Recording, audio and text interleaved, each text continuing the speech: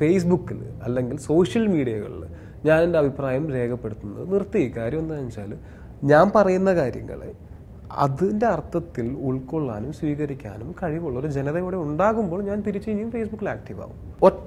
ഞാൻ പേര് പറയുന്നില്ല, ഒറ്റ ട്രോൾ പേജിൽ ഒരു ദിവസം 8 ട്രോൾ എൻ്റെ അടുത്ത് എന്നെ പറ്റി വന്നു.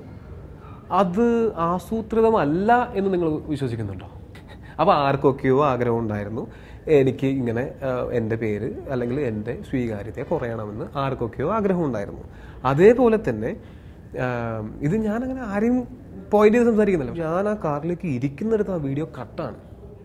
അതിനുശേഷമുള്ളത് ആളുകൾ കാണുന്നതിനോട് ആ വീഡിയോ പോസ്റ്റ് ചെയ്തവർക്ക് താല്പര്യമില്ല. അതായത് എന്നെ മോശക്കാരനാക്കി കാണിക്കാൻ ടൊവിനോ മോശമായിട്ട് പെരുമാറി എന്ന് മഞ്ഞ നിറത്തിൽ ഹെഡിങ് ഉണ്ട്.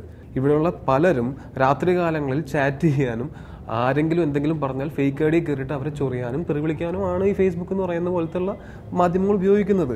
അവിടെ എങ്ങനെയാണ് നമ്മൾ ഒരു പോസിറ്റീവായിട്ടുള്ളൊരു സംഭവം സംഭവിക്കുമെന്ന് പ്രതീക്ഷിക്കുന്നത്?